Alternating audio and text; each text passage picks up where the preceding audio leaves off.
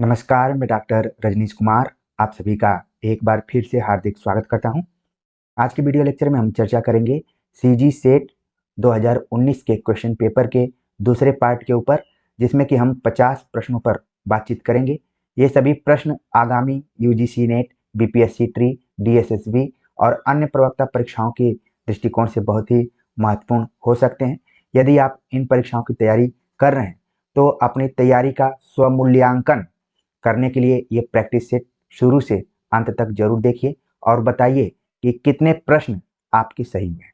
तो चलते हैं, बात करते हैं पहले क्वेश्चन के ऊपर, यानी कि इस प्रश्न पत्र के 91वें प्रश्न के ऊपर। प्रश्न कुछ इस प्रकार से है कि तुम चली जाओगी तो फुलकारी कौन बनाएगा, साहब से तुम्हारे सामने ही फुलकारी देने का इकरार किया है। यह किस कहानी का संवाद है? ऑप्शन दिया गया है चीफ की दावत, बूढ़ी काकी, गैंग्रीन या फिर तीसरी कसम। तो इस संवाद को देखने के बाद आपके दिमाग में तुरंत आ गया होगा कि ये संवाद लिया गया है ऑप्शन ए यानी चीफ की दावत से, जो कि भीष्म साहनी की जबरदस्त तरीके की कहानी है और इसमें वृद्धों की जो उपेक्षा उसको केंद्र में रखा गया है।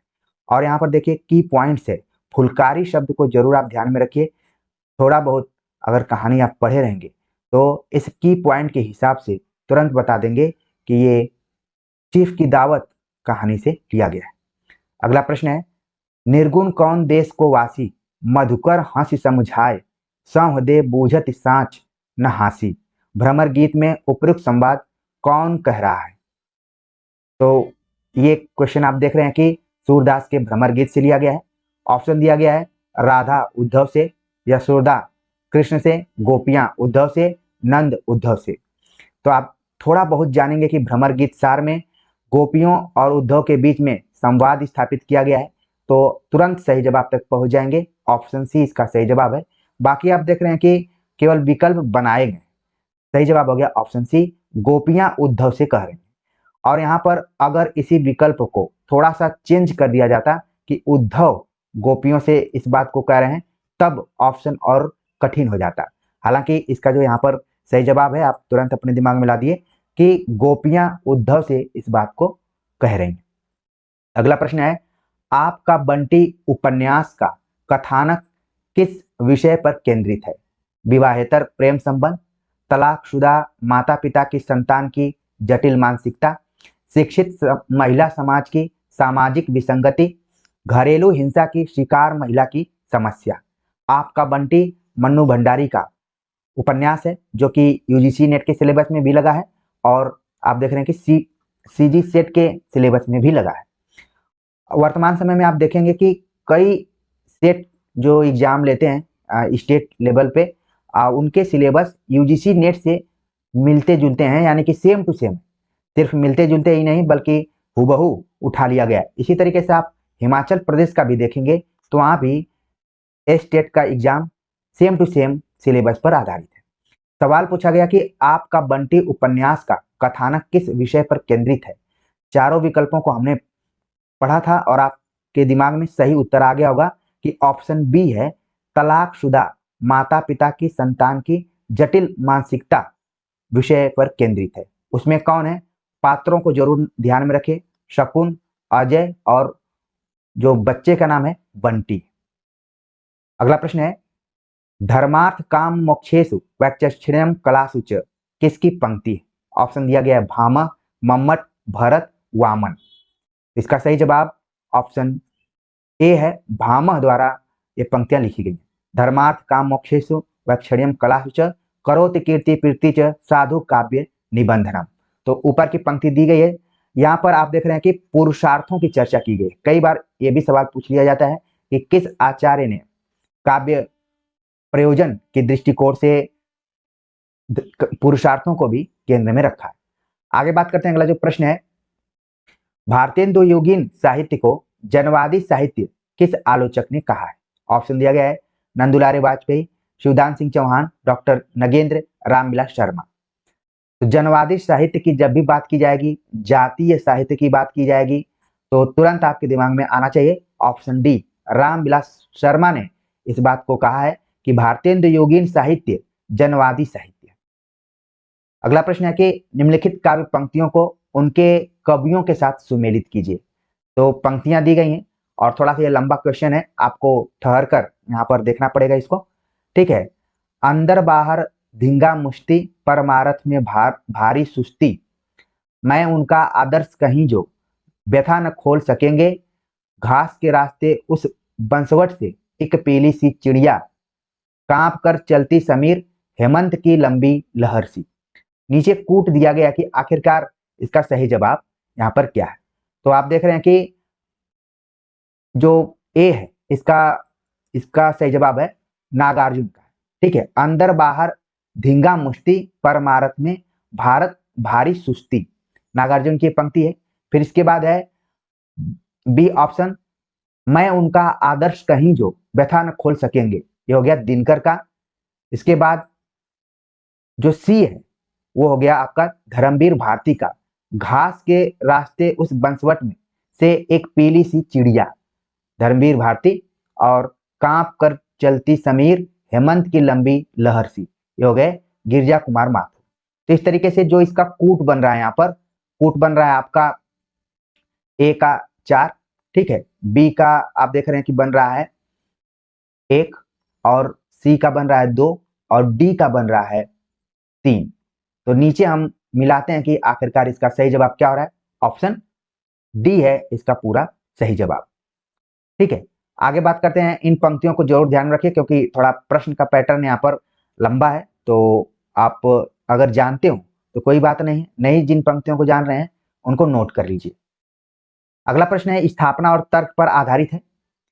स्थापना दी गई, किसी भी मत के विषय में भारतीय मनीषा ने गड्डलिका प्रवाह की नीति का अनुसरण नहीं किया है, इसलिए प्रत्येक बात में ऐसे बहुत से मत पाए जाते हैं जो परस्पर एक दूसरे के विरुद्ध पड़ते हैं। अब हमें बताना है इसमें कौन सी बात सही है और कौन सी बात गलत है। तो यहाँ पर तर्क और स्थापना दोनों क्या है, सही है। ऑप्शन डी इसका सही जवाब है कि अक्सर हम देखते हैं भारतीय मनीषा यानी जहां भी वाद विवाद इत्यादि होता है उसमें गड्डलिका प्रवाह की नीति का अनुसरण नहीं किया जाता है, इसीलिए लगता है कि कोई किसी बात को कह रहा है तो उसके विरोध में ही कह रहा है, उसके विरुद्ध में ही कह रहा है। तो दोनों यहाँ पर बातें सही हैं। अगला प्रश्न है कि मानस का हंस उपन्यास किस साहित्यकार के जीवन से संबद्ध है। आप देखेंगे 2 सवाल प्राय पूछे जाते हैं, एक तो है आवारा मसीहा, पिछले प्रैक्टिस सेट में भी आया हुआ था, और यहाँ पर आप देख रहे हैं कि मानस का हंस, यह सवाल कई बार परीक्षाओं में पूछा जा चुका है। मानस का हंस उपन्यास किस साहित्यकार के जीवन से संबद्ध है। ऑप्शन दिया गया सूरदास, कबीरदास, रविदास और तुलसीदास, यानी कि भक्तकालीन किसी कवि पर है और आपको लग रहा हो कि हम तो इसका उत्तर टिक करके बैठे हुए हैं। सही जवाब है ऑप्शन डी, तुलसीदास। अगला प्रश्न है निम्नलिखित में से कौन सी कहानियां ग्रामीण जीवन से जुड़ी नहीं है। चीफ की दावत, पूस की रात, कस्बे का आदमी, जॉर्ज पंचम की नाक। तो इसमें से हमें 4 ऑप्शन दिए गए हैं, उस 3 ऑप्शंस को चुनना है कि कौन 3 कहानियां हैं जो कि ग्रामीण जीवन से जुड़ी हुई नहीं है। यहाँ पर सही विकल्प हमें चुनना है। तो आप देख रहे हैं कि चीफ की दावत, इसके बाद आप कस्बे का आदमी और जॉर्ज पंचम की नाक। जो पूस की रात है इसमें सिर्फ यही कहानी है जो कि ग्रामीण जीवन से जुड़ी हुई है, बाकी सभी कहानियां शहरी परिवेश से हैं या फिर मध्य वर्ग से जुड़ी हुई हैं। ठीक है। तो इस तरीके से इसका जो कूट बन रहा है ए, सी और डी, यानी कि बी ऑप्शन यहाँ पर सही हो गया है। ऊपर हमने मानस का हंस उपन्यास के बारे में बात किया, इसी तरीके से एक उपन्यास है खंजन नयर।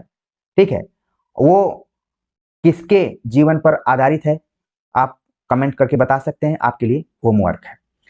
अगले क्वेश्चन पे बात करें, क्वेश्चन नंबर 60 के ऊपर, जो कि स्थापना और तर्क पर आधारित है।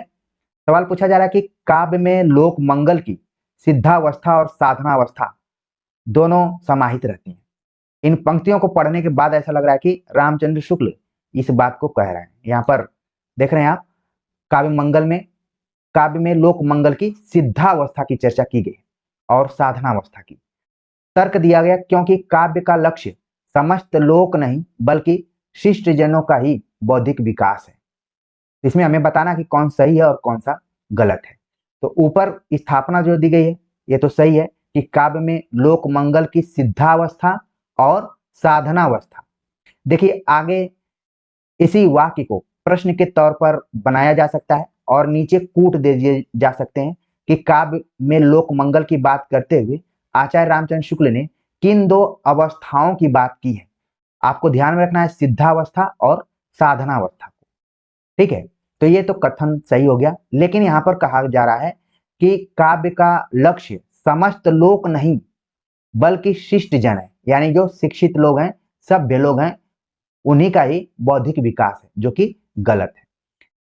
काव्य या कविता शिष्ट जन अशिष्ट जन को ध्यान में रखते हुए नहीं लिखी जाती है, बल्कि जो भी लोक मंगल की सिद्धावस्था और साधनावस्था दोनों को प्रस्तुत करे, अभिव्यक्त करे, कवि उसको लिख देता है। और कवि के मन में जो भी हलचल पैदा होती है, उस हलचल को ही सामने रखने की कोशिश की जाती है। तो सही जवाब यहाँ पर हो गया ऑप्शन ए तो सही है, लेकिन आर यहाँ पर क्या है, गलत है। अगला प्रश्न है, कुबेरनाथ राय ने अपने किस निबंध में कहा है, मां संस्कृत साहित्य में कुक्कुट का अधिक महत्व नहीं, परंतु लोक संस्कृत और लोक जीवन में इसका स्थान पहले से ही है। मां शब्द को बताते हुए लिखते हैं कि संस्कृत साहित्य में कुक्कुट का अर्थ का अधिक महत्व नहीं। कुक्कुट देख रहे हैं, सामान्य तौर पर इसको हम मुर्गे से जोड़कर देखते हैं, परंतु लोक संस्कृति और लोक जीवन में इसका स्थान पहले से ही है, क्योंकि कई बार सुबह इसी के बोलने से ही होती है। जैसा कि आप लोग जानते हैं, लोक में ये प्रचलित है। न जाने छत्तीसगढ़ में तो मुर्गों की संख्या बहुत ज्यादा है और वहां पर एक खास मुर्गे की भी बात की जाती है, ठीक है ना। तो ये बात कुबेरनाथ राय ने किस निबंध में कही? ऑप्शन दिया गया अशोक के फूल, कवि तेरा भोर आ गया, त्रिशंकु, प्रिया नीलकंठी। तो इसका जो यहाँ पर सही जवाब है ऑप्शन बी है, कवि तेरा भोर आ गया। जिस सुबह की मैं बात कर रहा था, अगर मान लीजिए इस प्रश्न को आपने कभी नहीं पढ़ा है या फिर आपको याद भी नहीं आ रहा है, लेकिन कुक्कुट का अर्थ अगर आपको पता है और कुक्कुट का भोर से क्या संबंध है, तो आप तुरंत इसका सही जवाब बता देंगे। आगे बात करते हैं, अगला जो प्रश्न है, ऐसी परिस्थितियों से गुजरने वाले वातावरण में हकबट तथा सभी कमाएंगे सभी खाएंगे इतना ज्यादा मेरे दिल को छू गए थे कि मैं आने वाली सारी जिंदगी समाजवाद तथा सोवियत संघ का अंधभक्त बना रहा। उपरोक्त कथन किस आत्मकथा से संबंधित है?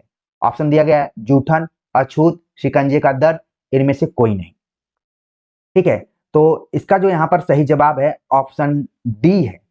लेकिन आप लोग अगर जून 2024 के एग्जाम में बैठे रहे होंगे यूजीसी नेट में, तो उसमें एक प्रश्न आया हुआ था कि किसके वजह से मुर्दहिया के जो रचनाकार हैं तुलसी राम, वो समाजवाद या फिर सोवियत संघ या फिर प्रगतिशीलता इत्यादि को जाने।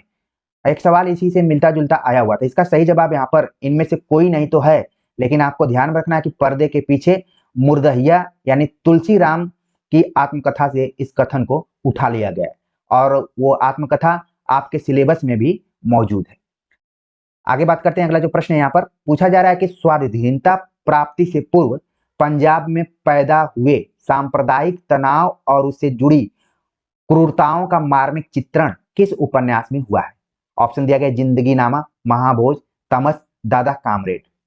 तो इसका जो सही जवाब यहाँ पर है ऑप्शन सी, तमस, जो कि भीष्म साहनी का उपन्यास है और उसमें स्वाधीनता प्राप्ति से पूर्व पंजाब में पैदा हुए सांप्रदायिक तनाव और उससे जुड़ी हुई क्रूरताओं का मार्मिक चित्रण किया गया। हालांकि ये उपन्यास 1973 के आसपास में लिखा गया है, लेकिन इसकी जो कथा वस्तु है वो स्वाधीनता प्राप्ति से पूर्व की है। आगे बात करते हैं, अगला जो प्रश्न है, एक और द्रोणाचार्य का प्रकाशन वर्ष है। ऑप्शन दिया गया 1977, 1978, 1982, 1983। सही जवाब हो गया 1977 में लिखा गया है एक और द्रोणाचार्य। ये किस विधा में है, ये आपके दिमाग में तुरंत आना चाहिए, और इसके नाटककार या फिर लेखक कौन है? अगला प्रश्न है कि निम्नलिखित रचनाओं में राम वृक्ष बेनीपुरी की रचनाएं कौन सी हैं? सही विकल्प का चयन कीजिए। माटी की मूर्तें, चिड़िया, रैन बसेरा, गेहूं और गुलाब, लाल तारा। तो इसमें से हमें 3 ऑप्शन चुनने, 4 दिए गए हैं, 3 चुनने की राम वृक्ष बेनीपुरी की कौन सी रचना है। तो आपका दिमाग भी दौड़ना शुरू कर दिया होगा कि आखिरकार राम वृक्ष बेनीपुरी की कौन सी इसमें रचनाएं। ठीक है, तो सही जवाब इसका हो रहा है कि माटी की मूर्तें आपके सिलेबस में लगी हुई हैं, गेहूं और गुलाब और लाल तारा। इस तरीके से जो कूट बन रहा है ए, सी और डी, ऑप्शन ए इसका सही जवाब है। अगला प्रश्न है, निम्नलिखित में अध्यापक पूर्ण सिंह रचित निबंध नहीं है। पूर्ण सिंह, सरदार पूर्ण सिंह, कौन सा उनका निबंध इसमें नहीं है? ऑप्शन दिया गया है मजदूरी और प्रेम, आचरण की सभ्यता, बोध, कन्यादान। तो सही जवाब है इसका ऑप्शन सी, बोध नाम का कोई निबंध अध्यापक पूर्ण सिंह ने नहीं लिखा है, बल्कि मजदूरी और प्रेम, आचरण की सभ्यता, कन्यादान उनके प्रमुख निबंध हैं। और यह भी माना जाता है कि इन्होंने टोटल 6 निबंध लिखे हैं। ठीक है ना, लगातार इनसे भी सवाल पूछे जाते रहे। अगला प्रश्न है, पूछा गया कि लाला मदन मोहन का दीवान खाना किस उपन्यास में वर्णित है? ऑप्शन दिया गया है वामा शिक्षक, नूतन ब्रह्मचारी, निस्सहाय हिंदू, परीक्षा गुरु। तो लाला मदन मोहन, अगर इस पात्र का नाम आप जानते हैं तो तुरंत सही उत्तर तक पहुंच जाएंगे। सही जवाब है ऑप्शन डी, परीक्षा गुरु। परीक्षा गुरु जो कि हिंदी का पहला उपन्यास माना जाता है अंग्रेजी ढंग के आधार पर। अगला प्रश्न है कि समर में अमर कर प्राण गान गाए महासिंधु से, सिंधु नदी तीरवासी किस कवि की पंक्तियां हैं? ऑप्शन दिया गया है सुमित्रानंदन पंत, निराला, महादेवी वर्मा, धूमिल। तो सही जवाब है इसका ऑप्शन बी, निराला की लिखी गई पंक्तियां। आगे बात करते हैं, अगला जो प्रश्न है, निम्नलिखित उपन्यासों को उनमें वर्णित गांवों के साथ सुमेलित कीजिए। तो एक तरफ उपन्यासों का नाम है, दूसरी तरफ गांव का नाम है। मैला आंचल, आधा गांव, राग दरबारी, गोदान, ये सब उपन्यास हैं। और गांव की अगर बात करें तो आप जिन भी उपन्यासों में गांव को जानते हैं सबसे पहले उनको आप मिला लीजिए। मान लीजिए मैं जान रहा हूं कि गोदान में बेलारी गांव का जिक्र किया गया है, तो इसका ऑप्शन 2 हो गया। राग दरबारी हो गया शिवपालगंज। इसके बाद आधा गांव गंगौली, ये क्वेश्चन पहले भी प्रैक्टिस सेट में आ चुका है, अगर आपको याद होगा तो। मैला आंचल, मेरीगंज। ठीक है, तो इस तरीके से 3 1 4 2 यहाँ पर ऑप्शन बन रहा है। सही जवाब हो गया ऑप्शन सी। आगे बात करते हैं, अगला जो प्रश्न है, प्रिय प्रवास का प्रकाशन वर्ष है 1914, 18, 19, 15, इस तरीके से दिया गया है। तो प्रिय प्रवास जो कि खड़ी बोली का पहला महाकाव्य माना जाता है। सही जवाब हो गया इसका ऑप्शन ए हो गया 1914 ईस्वी में। प्रिय प्रवास पर शॉर्ट नोट्स हमने अपने चैनल पर डाला हुआ है, जिसमें कि आप भूमिका को जान सकते हैं और प्रिय प्रवास का पुराना नाम क्या था और भी चीजों को आप जान सकते हैं। समय निकालकर उस वीडियो को जरूर देखिए। आगे बात करते हैं, अगला जो प्रश्न है, संपूर्ण जैनागम कितने भागों में विभक्त है? 2, 4, 6, 8। तो यहाँ पर हमें बताना है कि कितने भागों में। सही जवाब है 6 भागों में विभक्त है। अगला प्रश्न है कि इनमें से कौन सा नाटक लक्ष्मी नारायण लाल का नहीं है? ध्यान में रखना है, लक्ष्मी नारायण लाल यहाँ पर पूछा गया है। आप जब नाटक पढ़ेंगे तो वहां पर एक व्यक्ति का नाम और है नाटककार का, लक्ष्मी नारायण मिश्र। तो यहाँ पर लाल से संबंधित सवाल पूछा गया कि उनका कौन सा नाटक नहीं है। ऑप्शन दिया गया है कोणार्क, अंधायुग, रात रानी, सूखा सरोवर। तो इसका सही जवाब हो गया ऑप्शन ए, कोणार्क जो है वो लक्ष्मी नारायण लाल का नहीं है। बाकी जितना भी आप देख रहे हैं सब लक्ष्मी नारायण लाल के नाटक है। अगला प्रश्न है, स्थापना और तर्क पर आधारित है। पूछा गया कि मूर्खता मूर्ख को चाहे रुलाए पर दुनिया को हंसाती ही है, क्योंकि मूर्ख हास्य रस के बड़े प्राचीन आलंबन है। हमें बताना है कि इसमें कौन सी बात सही है और कौन सी बात गलत है। मूर्खता मूर्ख को चाहे रुलाए पर दुनिया को हंसाती है, ये बिल्कुल कथन सही है। और कहा जाता है कि मूर्ख हास्य रस के बड़े प्राचीन आलंबन है। ये अपने आसपास में अपने ग्रुप में भी आप देखते होंगे और इस चीज को महसूस भी किए होंगे। सही जवाब है कि दोनों बातें क्या है यहाँ पर सही है, ए भी सही है और आर भी सही है। अगला प्रश्न है यहाँ पर सुमेलित पर आधारित है। पूछा जा रहा है कि निम्नलिखित कथनों को उनके रचनाकारों के साथ सुमेलित कीजिए। हिंदी नवजागरण की परिकल्पना और उसके द्वारा सुझाए गए विकल्पों पर नए सिरे से विचार करने की जरूरत है। फिर इसके बाद कथन है, यह मान्यता तो बहुत पहले से प्रचलित रही है कि भारतेंदु के उदय के साथ हिंदी में एक नए युग का आरंभ हुआ, किंतु इस नए युग को नवजागरण नाम देने का श्रेय रामविलास शर्मा को है। नीचे विकल्प दिया गया है, यहाँ पर पहला नवजागरण गौतम बुद्ध के आविर्भाव के साथ आया। बुद्ध ने पुरानी परंपराओं को तोड़कर मनुष्य मनुष्य के भेद को मिटाया। और आखिरी जो विकल्प है कि गदर सन 1857 का स्वाधीनता संग्राम हिंदी प्रदेश थे। नवजागरण की पहली मंजिल है, दूसरी मंजिल भारतेंदु हरिश्चंद्र युग है। तो इसमें हमें बताना है कि आखिरकार इसका सही जवाब क्या है। क्वेश्चन लंबा है, ठीक है, तो हम इसके सही जवाब को यहाँ पर देखते हैं कि आपको ज्यादा यहाँ पर मेहनत करने की जरूरत नहीं है। जो भी नाम दिए गए हैं सेम टू सेम वही उसके कहने वाले भी हैं, यानी कि उन्हीं का कथन है। यहाँ पर कहा गया कि हिंदी नवजागरण की परिकल्पना और उसके द्वारा सुझाए गए विकल्पों पर नए सिरे से विचार करने की जरूरत है। किसने कहा? राजकुमार ने कहा। अब आपने तमाम आलोचकों को पढ़ा, लेकिन राजकुमार का नाम आप पहली बार यहाँ पर देख रहे होंगे, तो आपको बिल्कुल घबराने की जरूरत नहीं है। ये वही राजकुमार है जो बनारस हिंदू यूनिवर्सिटी में आप प्रोफेसर के तौर पर कार्यरत हैं। और मुझे जहां तक जानकारी है कि कई बार छत्तीसगढ़ में होने वाली परीक्षाओं के क्वेश्चन पेपर को भी इन्होंने बनाया हुआ है। मैं बहुत दावे के साथ नहीं कर सकता हूं, लेकिन पेपर कई बार बनारस हिंदू यूनिवर्सिटी से बनकर जाते हैं। तो राजकुमार जी का नाम यहाँ पर आ गया, इसीलिए राम कुमार को तो आपने पढ़ा होगा, लेकिन राजकुमार यहाँ पर अभी कुछ दिन पहले हमने अपने कम्युनिटी सेक्शन में नागरी प्रचारी पत्रिका के संपादन की बात आप सभी को बताई हुई थी, और उसके वर्तमान में संपादन का भार संभाला है राजकुमार जी ने। ठीक है, डॉक्टर राजकुमार इनको कह सकते हैं। जेएनयू से इन्होंने पढ़ाई की और आगे मुक्ति बोध, नवजागरण, इन सब पे इनका काम रहा है। ठीक है ना, तो इस कथन को आप ध्यान में रखिए। आगे बात करते हैं। जो कहा गया कि यह मान्यता तो बहुत पहले से प्रचलित रही है कि भारतेंदु के उदय के साथ हिंदी में एक नए युग का आरंभ, किंतु नए युग को नवजागरण नाम देने का श्रेय डॉक्टर रामविलास शर्मा को है। ये बात नामवर सिंह ने कही, आप इनको भली बातें जानते हैं। और नीचे बात कही गई कि यह पहला, यहाँ पर पहला नवजागरण गौतम बुद्ध के आविर्भाव के साथ आया। बुद्ध ने पुरानी परंपराओं को तोड़कर मनुष्य मनुष्य के भेद को मिटाया, ये बात कही बच्चन सिंह ने। और गदर की बात, यानी 1857 का जो विद्रोह था, उसे जोड़कर नवजागरण को देखने का श्रेय जाता है रामविलास शर्मा को। तो गदर सन 1857 का स्वाधीनता संग्राम हिंदी प्रदेश थे नवजागरण की पहली मंजिल है, दूसरी मंजिल भारतेंदु हरिश्चंद्र युग है। दो मंजिलों की यहाँ पर बात की गई, पहली मंजिल 1857 है और दूसरा भारतेंदु हरिश्चंद्र का युग है। ये बात किसने कही? रामविलास शर्मा ने कही है। तो इस तरीके से इसका जो सही जवाब यहाँ पर हो रहा है ऑप्शन बी हो रहा है, सीधे सीधे। और देखिए ये क्वेश्चन लंबा था, इसलिए ज्यादा इसमें ताम झाम नहीं था, सामने सामने वाले ही कथन और आलोचक के नाम दिए गए। अगला प्रश्न है, पंक्तियां दी गई हैं कि तुम सृष्टि की निठुर महाशक्ति हो, पंत अपनी किस रचना में कहा है? इस पंक्ति को पंत जी ने अपनी किस रचना में कहा है? ऑप्शन दिया गया है प्रथम रश्मि, परिवर्तन, भारत माता, मौन निमंत्रण। तो इसका जो यहाँ पर सही जवाब हो रहा है ऑप्शन बी, परिवर्तन में इस बात को कहा गया है। और परिवर्तन कविता को हमने यूनिट 5 के अंतर्गत विस्तार से आप सभी को बताया हुआ है। पुराने विद्यार्थी और मेरे ऊपर विश्वास करने वाले विद्यार्थी जरूर उन वीडियोज को देखे होंगे। जो नए विद्यार्थी हैं उनको मैं कहूंगा कि तमाम चीजों को समन्वित करते हुए समय निकालकर जरूर देखिए, आपको काफी फायदा होने वाला है।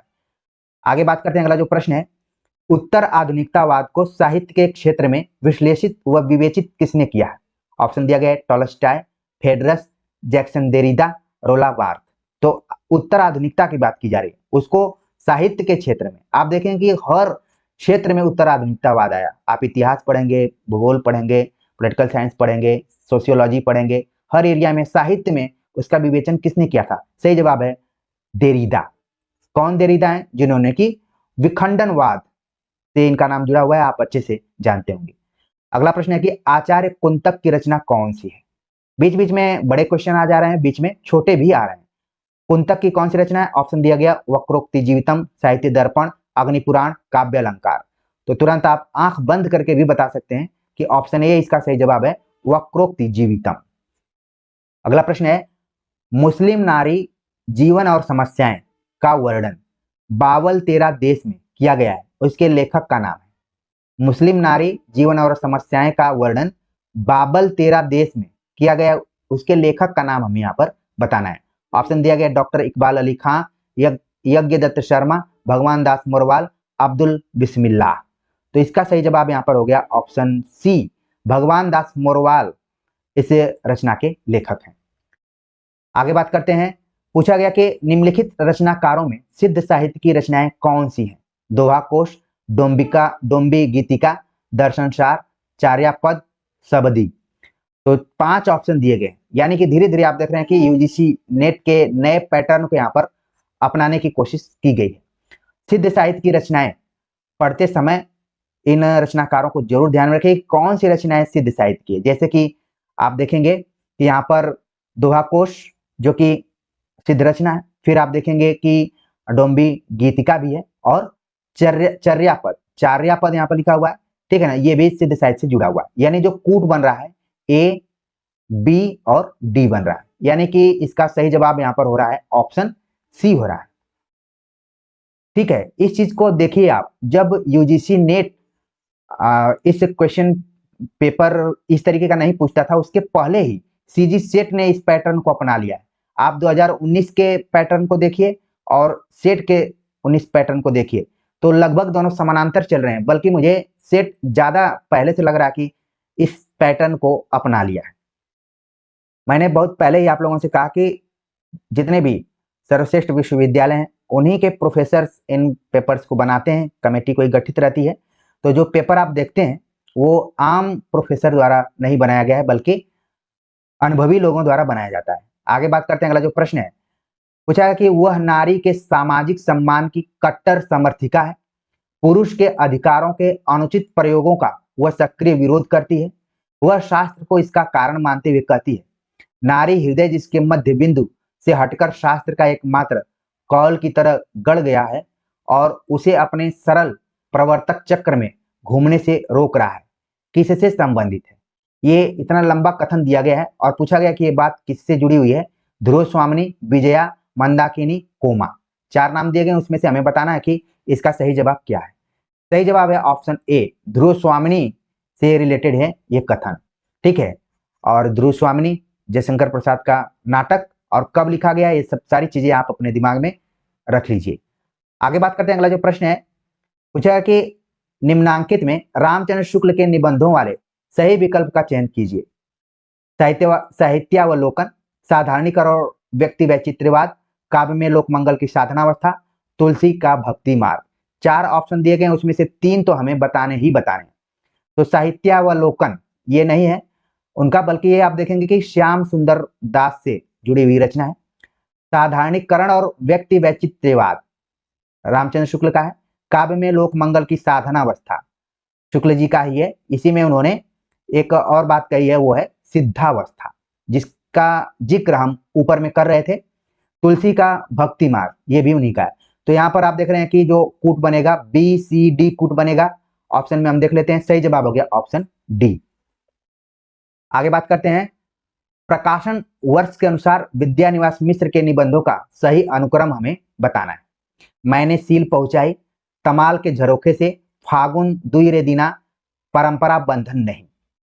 ध्यान में रखिए, परंपरा बंधन नहीं। अक्सर हम लोग परंपरा की दुहाई देकर बंधन करने की कोशिश करते हैं, बांधने की कोशिश करते हैं कि हमारी परंपरा में ये नहीं है, हमारी परंपरा में वो नहीं है। लेकिन यहाँ पर निबंध के शीर्षक को देखिए, लिखा गया है परंपरा बंधन नहीं है।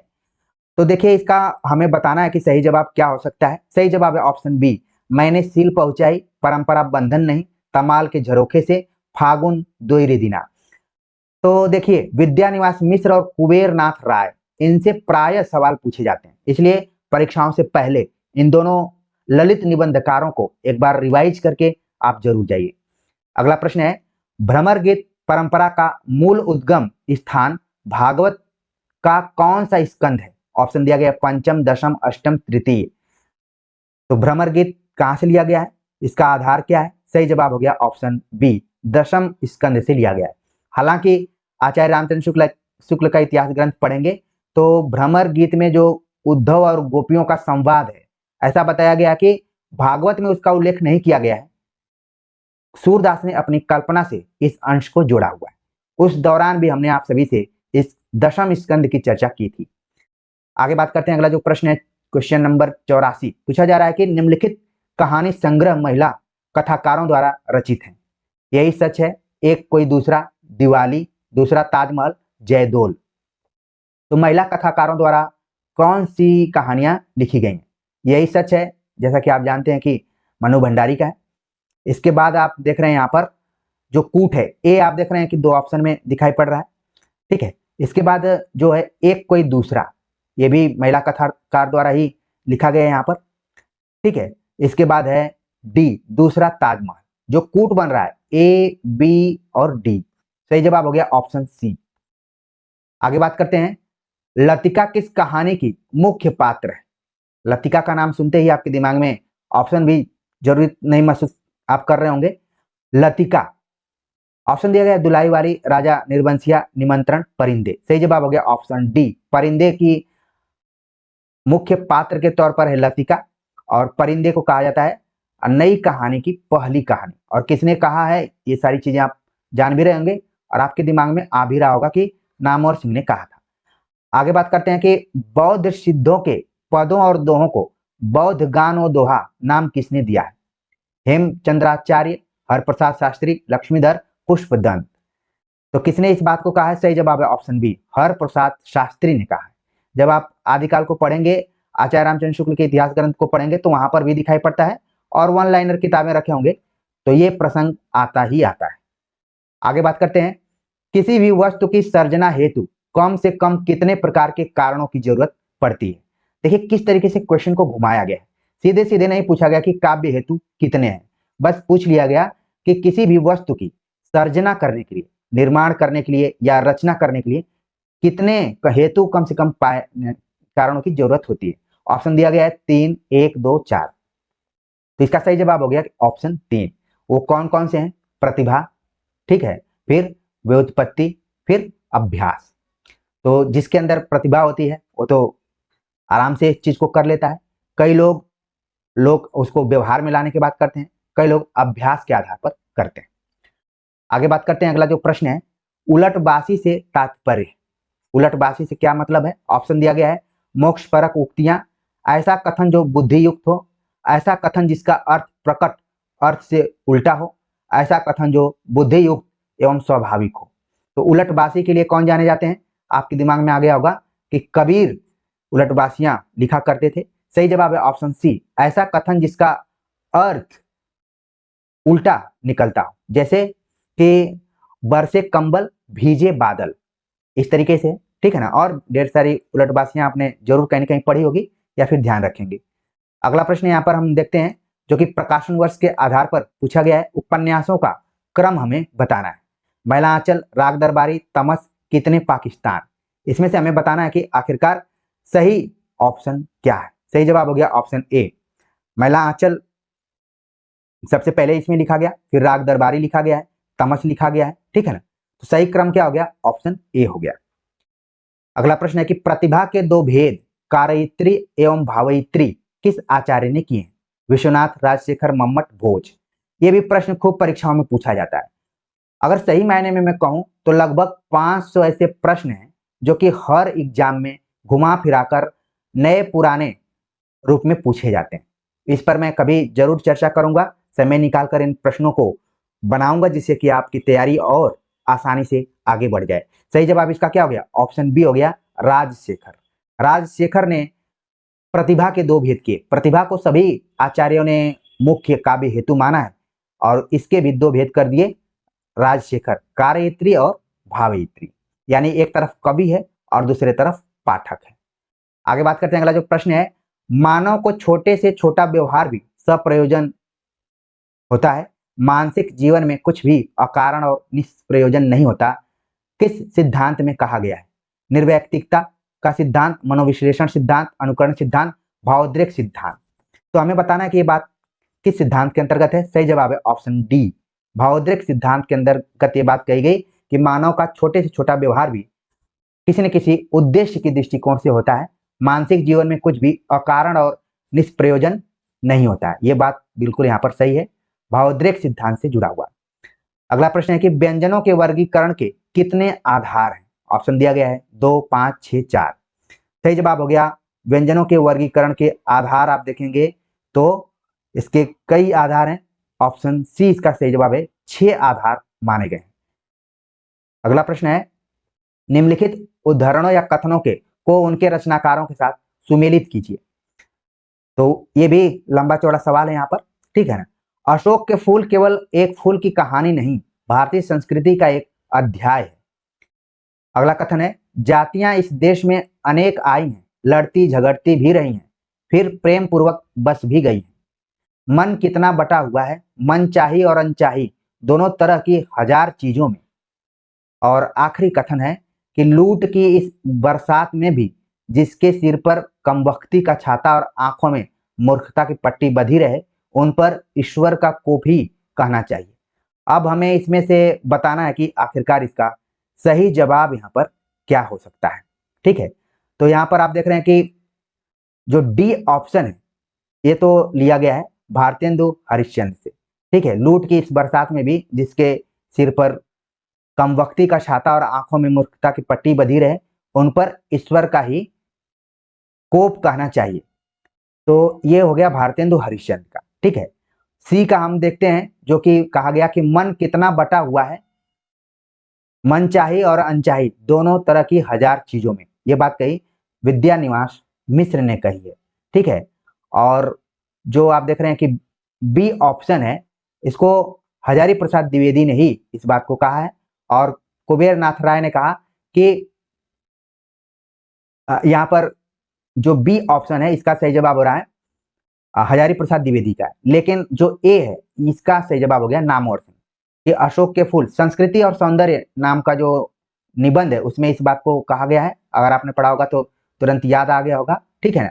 नामवर सिंह का ये कथन है कि अशोक के फूल केवल एक फूल की कहानी नहीं, भारतीय संस्कृति का एक अध्याय। यानी कूट आप देखिए, क्योंकि क्वेश्चन बड़े पड़ जाते हैं इसलिए मिलाने में दिक्कत भी होती है। ए का 3 हो गया, बी का 2 हो गया सीधे सीधे, और सी का आप देख रहे हैं कि 4 हो गया, और डी का 5। ऑप्शन बन रहा है 3 2 4 5। 3 2 4 5 हम देखते हैं किसमें है। सही जवाब हो गया ऑप्शन ए। आगे बात करते हैं, बहुत ही आसान और चर्चित क्वेश्चन पूछा गया कि आध्यात्मिक रंग के चश्मे आजकल बहुत सस्ते हो गए हैं, उन्हें चढ़ाकर जैसे कुछ लोगों ने गीत गोविंद के पदों को आध्यात्मिक संकेत बताया है, वैसे ही विद्यापति के इन पदों को भी किसकी उक्ति है। तो पूरा ऑप्शन पढ़ने की जरूरत ही नहीं है। आध्यात्मिक रंग के चश्मे आजकल बहुत सस्ते हो गए हैं, रामचंद्र शुक्ल। अगला प्रश्न है यहाँ पर कि निम्नलिखित में से कौन सा उपन्यास हजारी प्रसाद द्विवेदी द्वारा रचित नहीं है। बाण भट्ट की आत्मकथा, अनामदास का पोथा, एकदा नैमिषारण्य, चारुचंद्र रे। तो कौन नहीं है, तुरंत आपके दिमाग में आ गया होगा कि एकदा नैमिषारण्य तो हमने अमृतलाल नागर का पढ़ा हुआ है, यहाँ पर यही सही जवाब है यहाँ पर, ठीक है। बाकी जितने भी उपन्यास लिखे गए हैं सब हजारी प्रसाद द्विवेदी के हैं। अगला प्रश्न है कि स्थापना और तर्क पर आधारित है। वर्ग विभाजित समाज में व्यक्ति का मन भी विभाजित होता है, चाहे वह इसे स्वीकार करे या न करे। समाज वर्ग में विभाजित होगा तो व्यक्ति की चिंतन प्रक्रिया में उस विभाजन के बीच सदा पलते रहेंगे और मन के स्तर पर उसका विभाजन अवश्य संभावी है। तो क्या सही है क्या गलत है इसको हमें बताना है। तो यहाँ पर आप देख रहे हैं कि दोनों बातें सही है यहाँ पर, कि वर्ग विभाजित समाज में व्यक्ति का मन भी विभाजित होता है, बिल्कुल सही है। और जब विभाजित होगा तो व्यक्ति का चिंतन भी उसी से कहीं ना कहीं प्रभावित रहेगा और वो भी विभाजन से ही जुड़ा रहेगा। तो दोनों बातें यहाँ पर क्या हो गई, सही हो गई। आगे बात करते हैं, क्वेश्चन नंबर 57 यहाँ पर दिया गया है, किस रचना को विरहानुभूति का एक उत्कृष्ट खंड काव्य माना जाता है। आंसू, गीत फरोश, मैं नीर भरी दुख की बदली, प्रिय प्रवास। तो विरहानुभूति का एक उत्कृष्ट खंड काव्य माना जाता है। तुरंत आपके दिमाग में आ गया होगा कि आंसू को माना जाता है। इसको हम स्मृति काव्य भी कहते हैं, अलग अलग आप आलोचनात्मक किताबों में पढ़ेंगे, इतिहास ग्रंथों में पढ़ेंगे।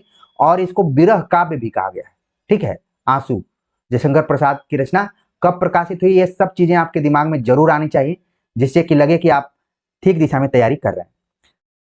अगला प्रश्न है कि निम्नलिखित कहानियों को उनके पात्रों या संबंध किससे संबंधित है हमें बताना है। कहानियों को उनसे संबद्ध पात्रों के साथ सुमेलित कीजिए।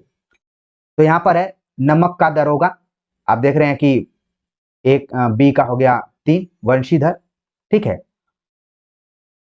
आकाशदीप, आकाशदीप का संबंध किससे है, संबंध हो गया चंपा से, सी का 1। तो हम मिलान करते हैं यहाँ पर कि बी का 3 कहाँ पर है। सही जवाब हो रहा है ऑप्शन बी यहाँ पर। ठीक है, इसके आधार पर हम देखते हैं ठेस जो कहानी है वो सिरचन की है। सिरचन इसका पात्र है ठेस। छत्तीसगढ़ के बीए के पाठ्यक्रम में भी लगा था और आगे भी आपने कहीं ना कहीं पढ़ी होगी। दुलाई वाली का यहाँ पर दिया गया है, दुलाई वाली का दिया गया है कि इसका पात्र है अलगू। ठीक है, और कहा गया कि अलोपी दीन का नाम इसमें दिया गया है। एक ऑप्शन यहाँ पर छूट रहा है, सही जवाब हो रहा है ऑप्शन बी। ठीक है, अलोपी दीन का संबंध नमक का दारोगा से भी है क्या? ठीक है ना, यहाँ पर इसको मैच करने में, क्योंकि इस क्वेश्चन पे डाउट क्रिएट किया जा सकता है, इसको आप देख लीजिए एक बार फिर से। लेकिन जो निकटतम यहाँ पर इसका आंसर आ रहा है, आंसर आ रहा है कि ए का 2 होना चाहिए, अब बी का 3 होना चाहिए, सी का होना चाहिए था, सी का 1 होना चाहिए यहाँ पर। ठीक है ना, सी का 1 होना चाहिए और यहाँ पर इसके वजह से इस पे डाउट अब नहीं होगा, हो गया। सही जवाब है ऑप्शन बी। अगला प्रश्न है, प्रकाशन वर्षानुसार हरिवंश राय बच्चन की रचनाओं का सही क्रम है। हरिवंश राय बच्चन की रचनाओं का नाम आप देख रहे हैं, नीड़ का निर्माण फिर से, क्या भूलूं क्या याद करूं, बसेरे से दूर, 10 द्वार से सोपान तक। तो देखने से ऐसा लग रहा है कि ये तो हरिवंश राय बच्चन की आत्मकथाएं यहाँ पर हैं जो 4 खंडों में बटी हुई हैं। अब इनका हमें क्रम बताना है। क्रम के लिए हमने एक बड़ा ही आप लोगों के लिए अपना वो बताया हुआ था कि निबद्ध 10। अब आपको मिलान करना है कि पहले क्या भूलूं क्या याद करूं पहले नंबर पर, फिर नीर का निर्माण दूसरे नंबर पे, फिर तीसरे नंबर पे क्या भूलूं क्या याद ये बसेरे से दूर, और चौथे नंबर पर 10 द्वार। यानी कि पहले होना चाहिए बी ए सी डी। बी ए सी डी हम देखते हैं किसमें, ऑप्शन सी इसका यहाँ पर सही जवाब है। अगला प्रश्न है जो कि आज का आखिरी प्रश्न पूछा जा रहा है कि निम्नांकित में कृष्णचंद्र की रचना नहीं है। रेत का महल, सफेद फूल, कागज की नाव, अन्नदाता। तो कौन सी रचना है जो कृष्णचंद्र की नहीं है? सही जवाब है ऑप्शन डी, अन्नदाता नाम की जो रचना है कृष्णचंद्र की नहीं है। बाकी रेत का महल, सफेद फूल, कागज की नाव और आपके सिलेबस में जामुन का पेड़, इनकी रचना आपको पढ़ना है। तो इस तरीके से हमने कुल 50 प्रश्नों पर आप आज चर्चा की। उम्मीद है कि इन प्रश्नों के सहारे आप अपना मूल्यांकन कर लिए होंगे। कितने प्रश्न आपके सही हुए कमेंट्स आप करके बता सकते हैं, कितने प्रश्न आपके लिए नए थे इसको भी बता सकते हैं। कुल मिलाकर आपने जो अपना कीमती समय यहाँ पर दिया, वो कीमती समय आपके लिए उपयोगी रहा कि नहीं रहा, ये भी आप कमेंट्स कीजिए। बाकी इस चैनल को अगर आपने अभी तक सब्सक्राइब नहीं किया होगा तो प्लीज कर लीजिए और अपने दोस्तों को भी इसके बारे में बताइए। मिलते हैं इसी तरीके के नए टॉपिक के साथ, तब तक के लिए